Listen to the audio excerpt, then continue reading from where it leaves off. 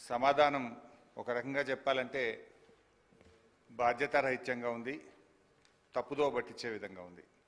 ఈ విషయంలో జాప్యం జరగడానికి గల కారణాలు ఏమిటి అన్నప్పుడు లేదండి అన్నారు. ప్రభుత్వం వచ్చి ఇప్పుడు దాదాపు 8వ నెల జరుగుతూ ఉంది. 8 నెలలు జరుగుతున్నా ఇంకా జాప్యం జరుగుతలేదు అని ఒక సమాధానం చెప్పారు. ఎప్పట్లోగా ఈ ప్రతిపాదనలు అమలు చేసి నియమిత రోజును ప్రకటించమవుతుందంటే ఇది పరిశీలనలో ఉంది అని గౌరవ మంత్రి గారు చెప్పారు. ఇది కాంగ్రెస్ పార్టీ మేనిఫెస్టో అధ్యక్ష. ఈ మేనిఫెస్టోలో page number 28 item number 14 TSRTC సిబ్బంది సంక్షేమం. ఆర్టీసీ కార్మికులను ప్రభుత్వ విలీన ప్రక్రియ పూర్తి చేసి 2 పీఆర్సీల బకాయిలను వెంటనే చెల్లిస్తాం. వెంటనే అంటే 8 నెలలు సమయం సరిపోదా అధ్యక్ష? నంబర్ 1. నంబర్ 2, వచ్చే పీఆర్సీ పరిధిలోకి టీఎస్ఆర్టీసీ కార్మికులను చేరుస్తాం. నంబర్ 3, రాష్ట్ర ప్రభుత్వ ఉద్యోగులతో సమానంగా అన్ని వసతులు సదుపాయాలు కల్పిస్తాం. నంబర్ 4, ఆర్టీసీ బస్సులను ఆధునీకరించి విస్తరిస్తాం. అధునాతనమైన సౌకర్యాలతో కొత్త సర్వీసులను ప్రారంభిస్తాం. Number 6 and the last, RTC union పునరుద్ధరణకు అనుమతి ఇస్తాం. అయితే వారితో నా సూటి ప్రశ్నలు, నేను మంత్రి గారిని విషయాల్లోకి పోకుండా సూటిగా ప్రశ్నించదలుచుకున్నాను. మొదటి ప్రశ్న, గౌరవ మంత్రి గారు ఎప్పట్లోగా ఈ అపాయింటెడ్ డేట్ను ప్రకటిస్తారు? ఏ రోజు నుంచి ఆర్టీసీ ఉద్యోగులను ప్రభుత్వ ఉద్యోగులుగా గుర్తిస్తారు? పరిశీలనలో ఉంది, చూస్తాం చేస్తామని కాలయాపన చేయడం కాదు. ఒక ఖచ్చితమైన తేదీని ఈ సభ ద్వారా ఆర్టీసీ కార్మికులకు చెప్పాలని మీ ద్వారా గౌరవ మంత్రి గారిని కోరుతా ఉన్నా. క్వశ్చన్ నెంబర్ 2, యూనియన్ పునరుద్ధరణ చేస్తామని మీరు హామీ ఇచ్చారు. ఆ యూనియన్ పునరుద్ధరణ ఎప్పట్లోగా చేస్తారు? ఈ మధ్య మాకున్న సమాచారం ఏంటంటే ప్రభుత్వం నుంచి యూనియన్ పునరుద్ధరించేది లేదు అని మీరు ఉత్తర్వులు ఇచ్చినట్టుగా మా దృష్టికి వచ్చింది. మీరు ఉత్తర్వులు ఇచ్చారా లేదా? ఇవ్వకపోతే ఎప్పట్లోగా యూనియన్ పునరుద్ధరిస్తారు?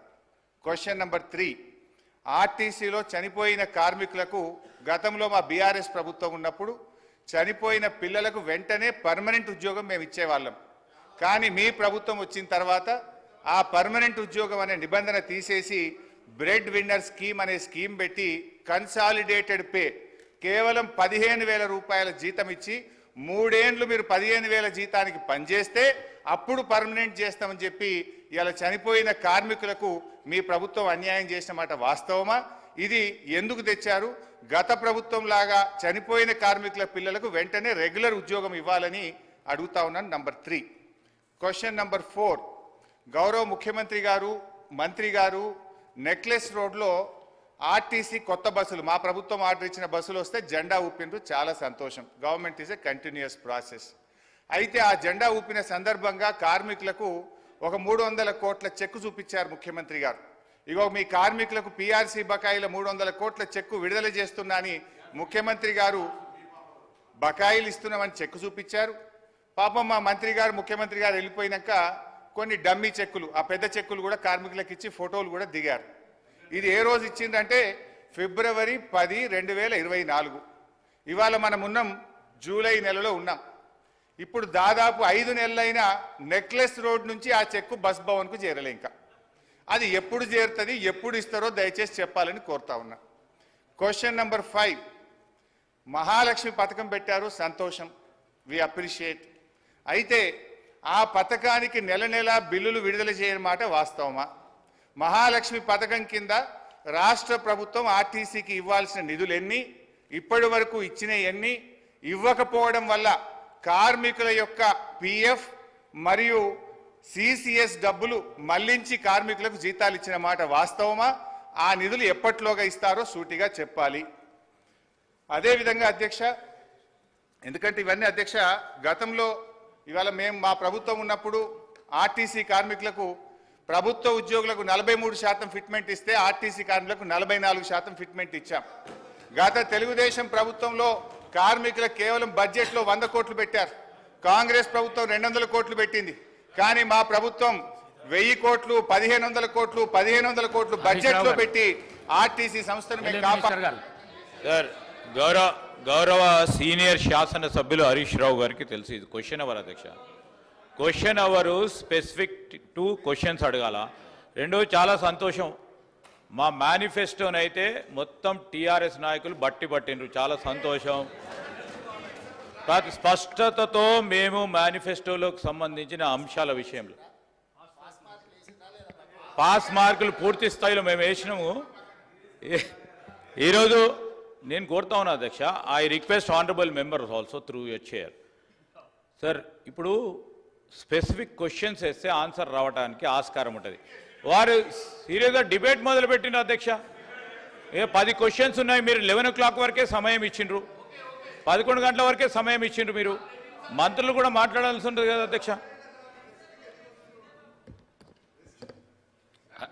హరీష్ రావు గారు, మంత్రి గారు ఒక్క నిమిషం కంప్లీట్ చేయండి. సార్, నేను స్ట్రైట్ క్వశ్చన్లు వేసిన మంత్రి గారు తప్ప ఎక్కడ నేను ఆర్టీసీకి సంబంధం లేని విషయమో రాజకీయాల జోలికి పోలేదు. నేను స్ట్రైట్ అడుగుతున్నా.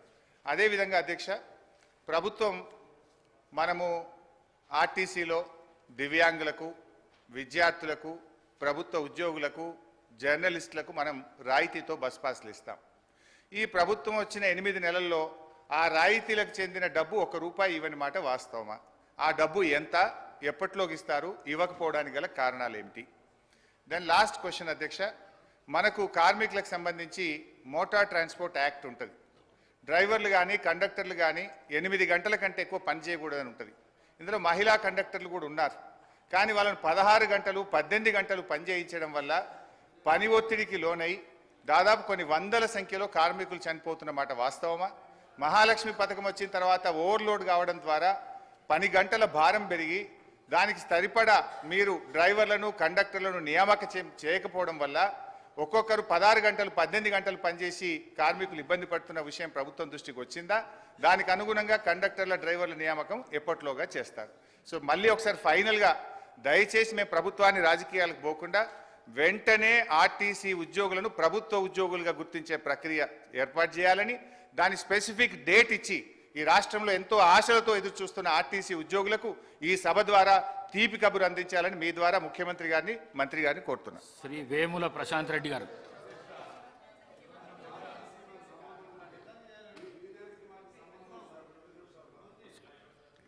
అధ్యక్ష, దయ్యాలు వేదాలు వల్లించినట్టుగా 10 సంవత్సరాలుగా ఆర్టీసీని చంపి ఆర్టీసీ ఉంటుందా పోతుందా తీసేస్తామనేటువంటి పరిస్థితులలో ఒక ఎగ్జిక్యూటివ్ డైరెక్టర్ రిటైర్ అయిన ఎండీగా పెట్టి ఆర్టీసీకి జవాబు చెప్తున్నా మీరు జవాబు చెప్తా ఉన్నా. ఇలా 10 సంవత్సరాలుగా ఎప్పుడైతే మనం కమిటీ కాలేమో ఒక కమిటీ వేసి 10 సంవత్సరాలుగా చేయనటువంటి వీళ్ళు ఎలక్షన్ల ముందట ఎటువంటి సంప్రదింపులు లేకుండా, ఏమి చర్చలు లేకుండా, కనీసం ఆర్టీసీ యాజమాన్యంతో కూడా మాట్లాడకుండా అదర తీసుకొచ్చి మళ్ళీ దానికి రాజకీయ రంగం పులవడానికి కార్మికులను రెచ్చగొట్టి గవర్నర్ అనుమతిస్తలేరు, గవర్నర్ దగ్గర ఇంటికి పోయి ప్రొటెస్ట్ చేయించేటువంటి రాజనీతి చేసిన వీళ్ళు ఇలా మాట్లాడుతున్నారు అధ్యక్ష. ఆర్టీసీ కార్మికులకు సంబంధించి గౌరవ సభ్యులు అడిగినట్టుగా ఆన్సర్ చెప్తున్నా, ఒప్పుకోండి. అదేవిధంగా ఈరోజు తప్పకుండా సార్, అసలు వీళ్ళు కార్మిక సంస్థలు రద్దు చేసి ఇవాళ యూనియన్లకు సంబంధించినటువంటి వీళ్ళు మాట్లాడుతూ ఉన్నారు. ఇలా పునరుద్ధరణ గురించి వాళ్ళకి ఏమక్కుంది, ఎవరు రద్దు చేసినారు, ఎందుకు రద్దు చేసినారో ముందు మీరు ఆ కార్మికులకు క్షమాపణ చెప్పి ముందు అడగండి ఒక్కసారి.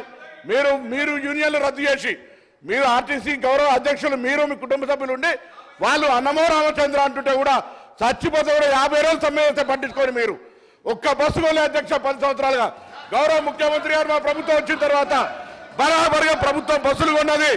అంతేకాదు 2013 నుంచి పెండింగ్ లో ఉన్నటువంటి 280 కోట్ల బకాయిలను మేము బాండ్ రూపంలో ఉంటే ఇచ్చినాం. 80 కోట్లు పేమెంట్ అయింది. ఆన్లైన్ లో యాజమాన్యం ఇతర అవసరాల గురించి కలుగుతా ఉంది. ఇంకొక మాట అడిగినారు అధ్యక్ష, మేము ఎన్నడూ మా ప్రభుత్వం వచ్చిన తర్వాత కార్మికులకు సంబంధించిన పిఎఫ్ కావచ్చు, కోఆపరేటివ్ సెస్ ₹1 ముట్టలే. 4000 కోట్ల బకాయిలు వాళ్ళ సంస్థ కార్మికుల సొమ్ము వాడుకున్నారు అధ్యక్ష.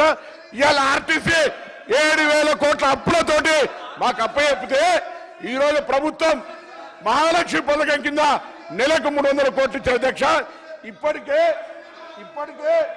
70 కోట్ల మంది మహిళలు ప్రయాణం చేస్తే అధ్యక్ష 2400 కోట్ల రూపాయలు ఆ మహిళల పేరు మీద వచ్చినటువంటి సొమ్మును 2,000 కోట్లను ప్రభుత్వం తరఫున ఆర్టీసీకి ఇచ్చినాం. ఆర్టీసీ ఇంకొక మాట చెప్తా ఉన్నారు, కారుణ్య నియామకాలకు సంబంధించి అధ్యక్ష, కారుణ్య నియామకాల పాలసీ ఎవరు తెచ్చినా ఇంకా సరళీకృతం చేసి ఈరోజు ఆర్టీసీ కార్మికుల కుటుంబాలందరికీ కూడా ఆధారం ఇస్తా ఉన్నాం.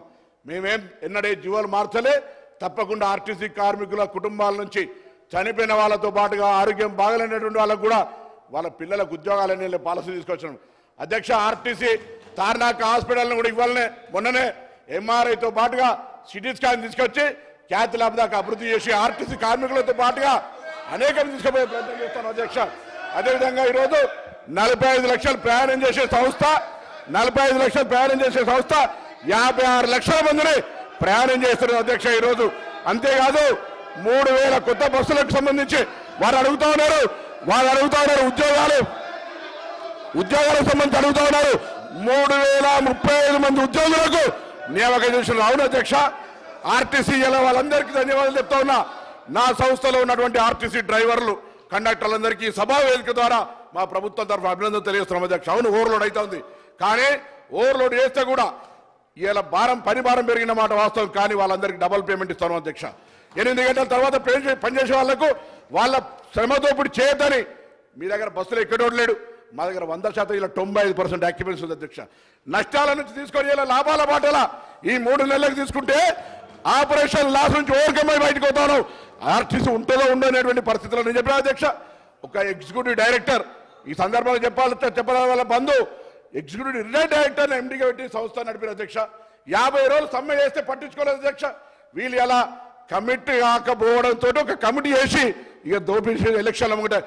50,000 ఆర్టీసీ కుటుంబాలు వ్యతిరేకిస్తున్నాయి, మనం గెలవలేం కావచ్చు అనేటువంటి ఆలోచనతోటి ఆర్టీసీ కార్మికులకు ఒక ఈ భూతత్వం రేటు చూపించారు అధ్యక్ష.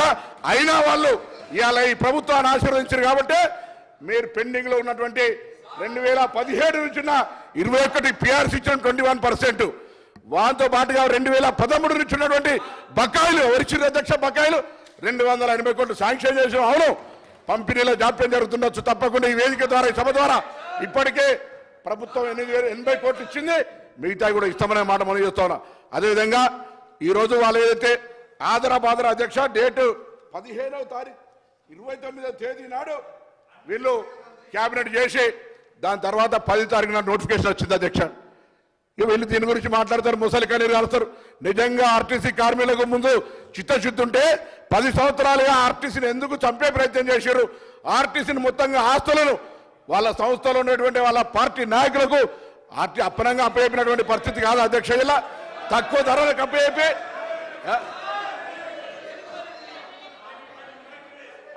మీ శాసనసభ్యులకు ఆనాడు మీ ఇష్టం ఉన్నట్టుగా ఆర్టీసీ ఆస్తులు ఇచ్చుకున్నటువంటి పరిస్థితి కాదు అధ్యక్ష. ఈ రోజు ఇటువంటి పరిస్థితులలో గౌరవ సభ్యులు ఆనాడు ఆర్టీసీల సంక్షేమానికి కృషి చేస్తా అని పాపం ఆయన మాట ముఖ్యమంత్రి గారు వినకపోతే ఇటు ఆర్టీసీ కార్మికుల ఒత్తిడి అటు పెట్టి ఆఖరికి సంఘాలనే బద్దు చేసినటువంటి వీళ్ళు మాట్లాడితే ఎట్లా అధ్యక్ష? అందుకే తప్పకుండా మా ప్రభుత్వానికి ఆర్టీసీ సంక్షేమం, ప్రజల రవాణా సౌకర్యం, ఆ విధంగా కార్మికుల సంక్షేమం మా బాధ్యత.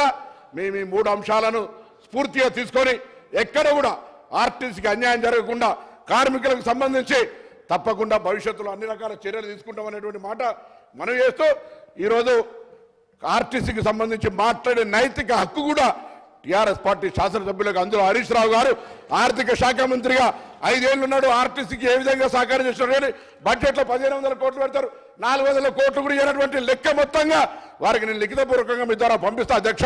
వీళ్ళు మాట్లాడితే ఎట్లా అధ్యక్ష? ఇవాళ మేము 2,400 కోట్లు మహాలక్ష్మి కింద ఇచ్చినటువంటి సొమ్ములో దాదాపు 2,000 కోట్ల రూపాయలు ఇప్పటికే ఆర్టీసీకి ఇచ్చినాం. 280 కోట్ల బాండ్ రూపంలో 80 కోట్లు ఇచ్చినాం. 21% పిఆర్సీ, 35 కోట్ల అదనం భారం పడుతున్నా ఇలా ఆర్టీసీ మేము నిర్ణయం తీసుకున్నాం. భవిష్యత్తులో అన్ని రకాల ఆర్టీసీ సంక్షేమానికి సంబంధించి నిర్ణయాలు తీసుకున్నాం అధ్యక్షులు. ఒకసారి వాళ్ళు అడగండి, ఇవన్నీ మాట్లాడిన వాళ్ళు వాళ్ళ ఆర్మూరు ఎమ్మెల్యే జీవన్ రెడ్డి గారు, వాళ్ళ ఆనాడు ఉన్నటువంటి ఎంపీ, లేదా ఇంకొక గతంలో ఉన్నటువంటి ఎంపీ, ఇవన్నీ తీసుకున్న ఆస్తులు ఆనాడు మీకేమనిపించలేదు అధ్యక్ష? ఆర్టీసీ సంక్షేమం ఆనాడు కనవలేదా? నేను అన్నిటికంటే ఒక ప్రశ్న అడుగుతా ఉన్నాను వీళ్ళను. అసలు ఆర్టీసీ లాంటి సంస్థకు ఇవాళ ఒక రిటైర్డ్ ఈడీని ఎందుకు ఎండీ పెట్టినారో చెప్పమని అడుగుతూ తప్పకుండా మరొకసారి ప్రభుత్వం పక్షాన మీ ద్వారా సభ అందరికీ కూడా సమస్త ఆర్టీసీ కార్మికులు చెప్తాను, తప్పకుండా ప్రభుత్వం ఈ అంశం పరిశీలనలో ఉంది. వాళ్ళు కమిటీ కాక ఒక కమిటీ చేసి జాప్యం చేసి ఉండొచ్చు. మేము దాని మీద చర్చల ప్రక్రియ ఇతరత్ర కార్యక్రమాలు తీసుకుంటా ఉన్నాం. తప్పకుండా దానికి సంబంధించి ఆర్టీసీ కార్మికులకు ఎక్కడ కూడా ఇబ్బంది లేకుండా ఉండే విధంగా చర్యలు తీసుకుంటామనే మాట సందర్భంగా మనం చేస్తా ఉన్నాం. శ్రీ వేముల ప్రశాంత్ రెడ్డి గారు, వేముల ప్రశాంత్ రెడ్డి గారు. సార్ క్వశ్చన్ అడిగినా సార్. అధ్యక్ష ఇప్పుడు నేను స్ట్రైట్గా ఆయన నాకు మంత్రి గారు నాకు క్వశ్చన్లు వేస్తుండు, మరి ఆన్సర్ చెప్పమంటే చెప్తా. నేను అడిగిన క్వశ్చన్లకు ఒక్కదానికి సమాధానం చెప్పలే కానీ నేను క్వశ్చన్ వేస్తున్నా నాకు క్వశ్చన్లు వేస్తుండు, మరి చెప్పమంటే చెప్తా సమాధానం. వేముల ప్రశాంత్ రెడ్డి గారు ఒక నిమిషం సార్ వేముల ప్రశాంత్ రెడ్డి గారు మాట్లాడండి ప్లీజ్.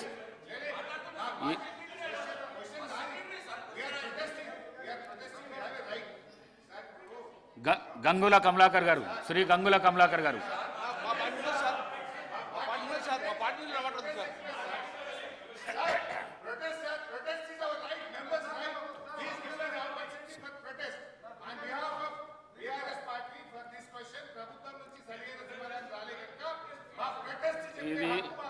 ఇది షార్ట్ డిస్కషన్స్ కాదు, క్వశ్చన్ అవర్ ఇది.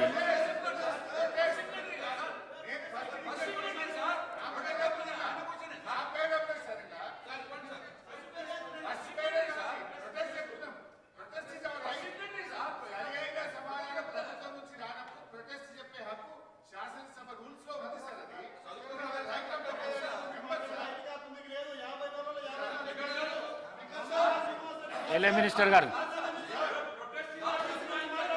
నేను గౌరవ సీనియర్ శాసనసభ్యులు హరీష్ రావు గారిని కోరుతా ఉన్నాను.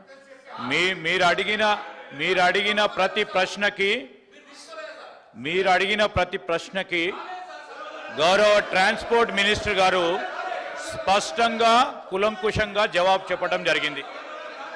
మీరు ఇంకేదైనా మీరు రాలేదనుకుంటే వేరే ఫామ్లో రమ్మనండి సార్ అధ్యక్ష. We will try to give it. This is a question hour అధ్యక్ష. This is a question hour అధ్యక్ష.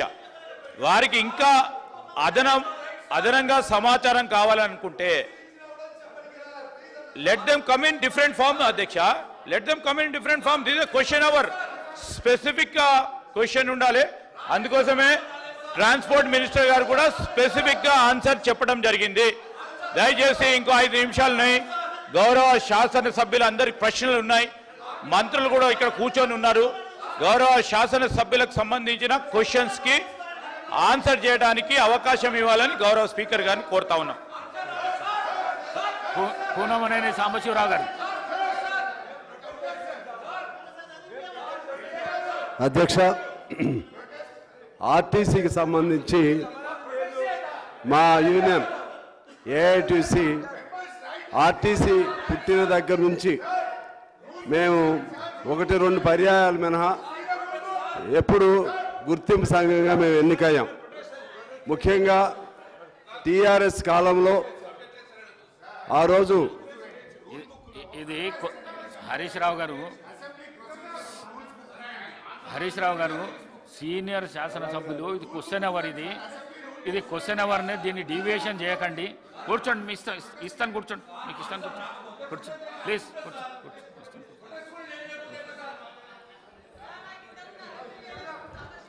ఇప్పుడు